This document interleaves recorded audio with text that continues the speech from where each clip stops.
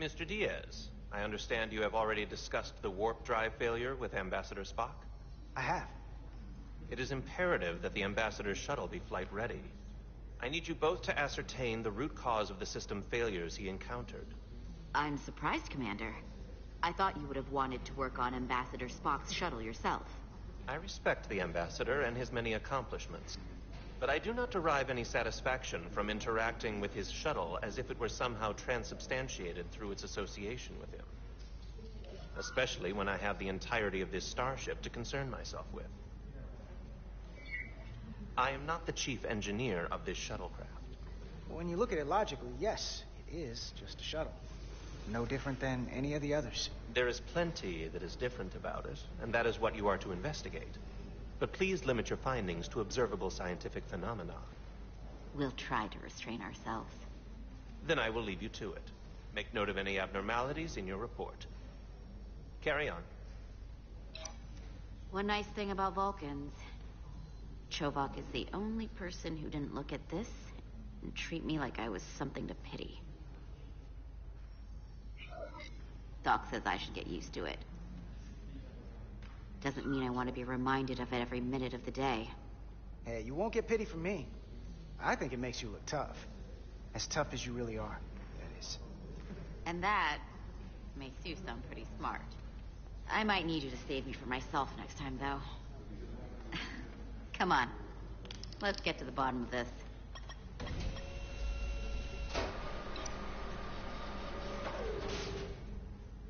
Ready to go? All set. Let's run the diagnostic.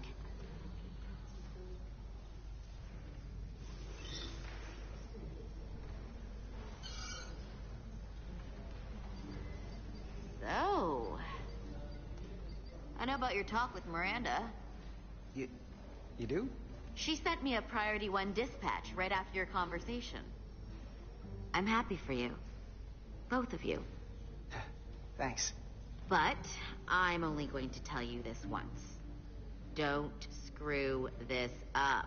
Because I would be very unhappy if you tried this out and then, I don't know, 6 weeks or 6 days later I have to start splitting holidays between the two of you. All because things went south and you're not on speaking terms. That just isn't gonna work for me. You really don't believe in me, huh? It's not you. Or her. Just running the numbers, and things don't work out more often than they do. I like my friends, and I like our group. I don't want to lose that. Is that thing done? Yeah, it's wrapping up. Let's see. The relays along the primary EPS are blown, but the backup relays are all intact.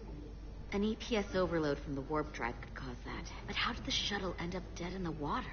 Huh. Well, maybe the ship's data recorder can tell us something.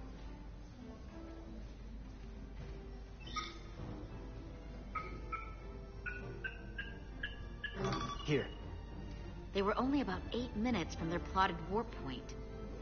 No faults, just those warnings. What are they?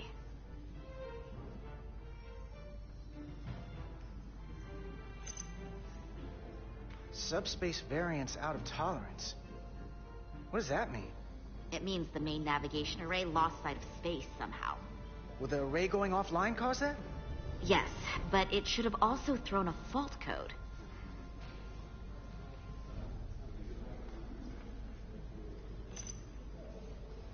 The warp field became inverted suddenly. I've seen this happen when the center warp coil cracks. A cracked warp coil throws a fault code. Still, we should take a look.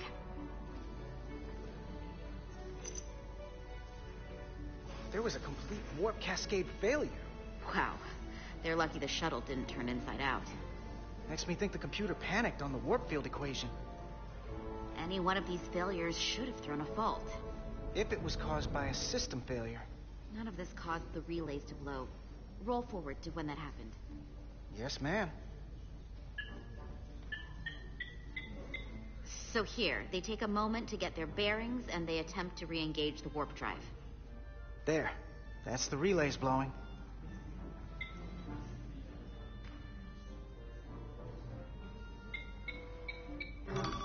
And look, there's another warp system alert. Oh, the same. Subspace variants out of tolerance, or warp inversions. Finally, there's a complete warp cascade failure. Then it's one of two things. Either a warp coil is cracked, or the navigation array is offline. That makes sense. Divide and conquer. You want to check the warp coils or the navigation array? I'll check the other. Let's not overcomplicate this. One of these systems is likely broken. I'll check the nacelles for a cracked coil.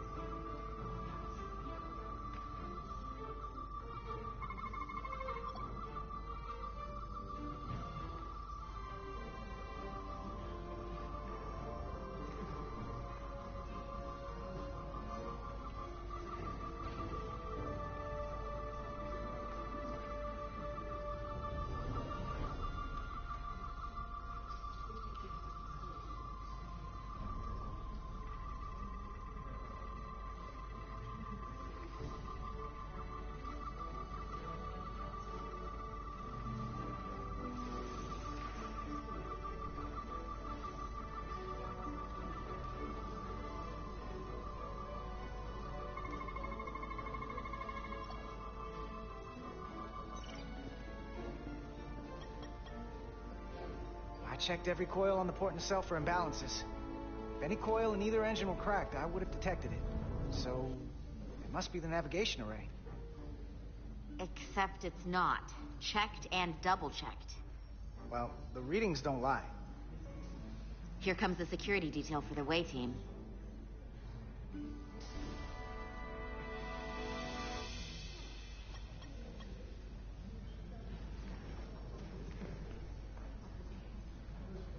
Hey.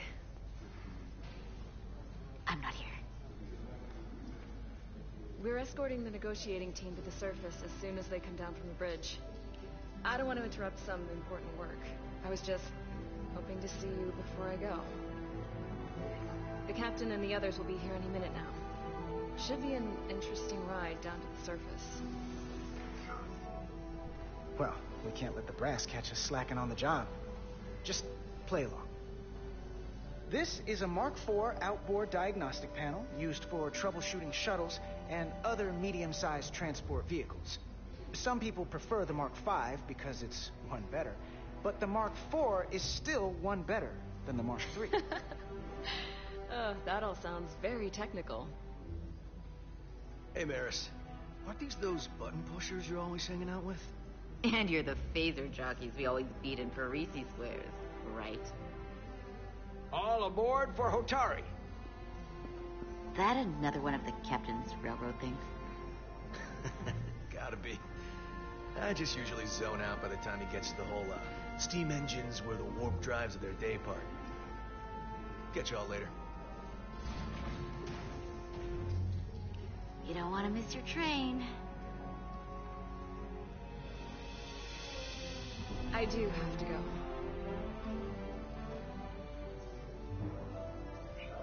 Not gonna lie, I'd rather not leave right now. More important things on my mind. Go on, do your job. I'll be right here waiting for you when you get back. You better be.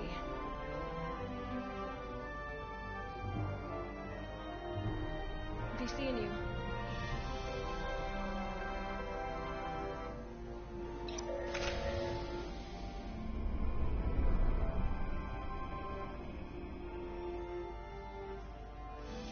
Pilar de Diaz. If you could float back down to reality, we still have a ways to go.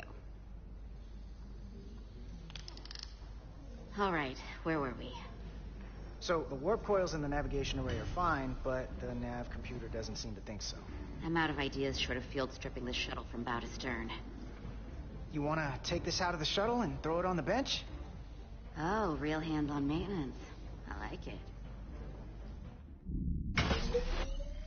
Okay, the nav computer is patched into the ship. ship's computer can double-check our work. If the shuttle's nav computer's putting out false data, we'll know it. Let's run through the shuttle's logs again. Running now.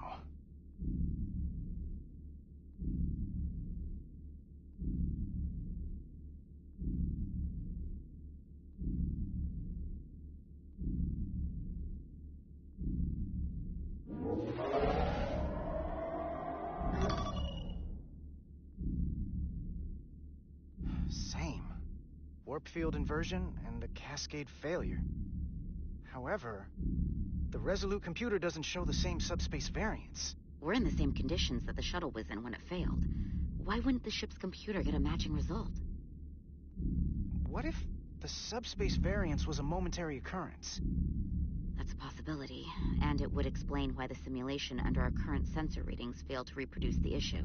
But a subspace anomaly strong enough to cause a warp field collapse would leave graviton ripples for days.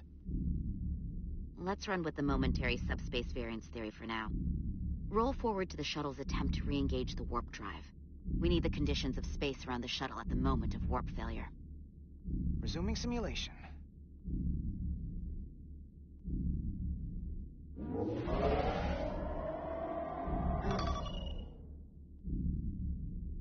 Error in warp field calculation.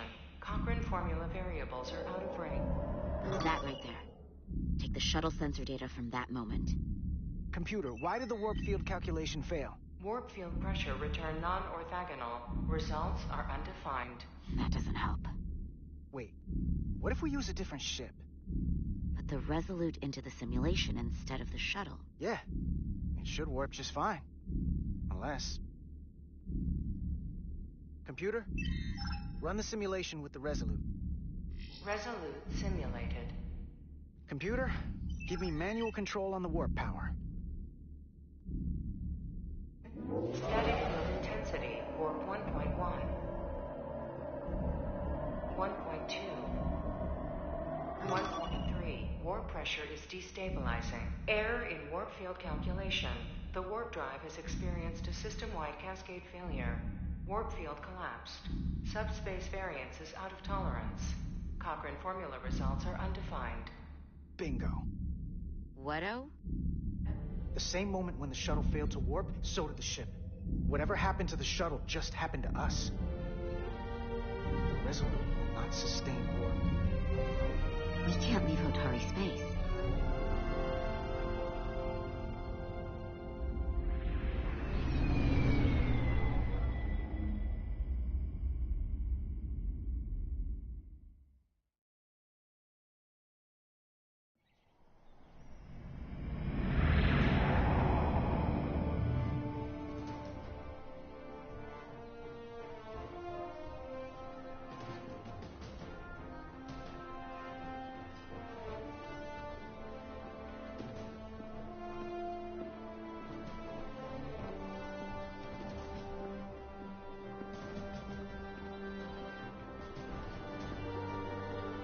Ambassador Spock, Captain Solano, welcome to Hotari.